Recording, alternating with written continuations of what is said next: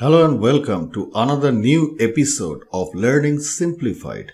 Today in this tutorial, we will be discussing on a definite fallacy that we will be facing while using a new directive known as ng-include. Now in this tutorial, we will be practically discussing on a definite error while we will try to use the directive known as ng-include. Now the purpose of this directive is to fetch the content of a different website and showing it right into our project, our existing project, where we had practically made usage of this directive ng-include. If we have a closer look to their official website, there it goes. This is the directive, and here it goes. This is the ng-include that we are talking about. So it says that it fetches, compiles, and includes an external HTML fragment. That means whenever we will be creating a new HTML page and we are about to use the content of this HTML page into our existing document that we are practically working on, it is possible to fetch the content from this external HTML site into our existing document with the aid of this directive known as ng-include. Now in this respect, the first thing that we will be needing an existing project. So this is our existing project where we are practically working on, and on the other hand we will be needing another external HTML page. That is why we will be creating a new file and we will be naming it as test.html. And here it goes. We have practically created a new HTML file known as test.html.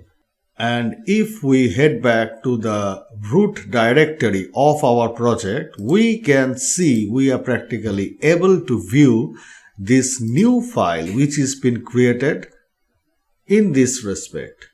Now, in this external file, we won't be needing to define any kind of structural mechanism of the HTML that we are practically aware of, as if in this index.html we had mentioned this body, we had mentioned the head, we had mentioned the title, we had mentioned everything right over here. But in this particular case, we won't be needing to mention anything else, as we are about to fetch and compile the content of this external HTML file. So we will be directly jumping into the content section. Now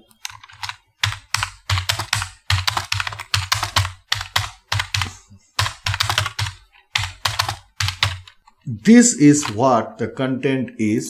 So this is the content part into our HTML external file, test.html. We'll be saving it, and into this index.html, all we are going to do, the objective is to fetch the content of this external HTML file. So in this purpose, we won't be practically using any kind of content, and here we will be making usage of this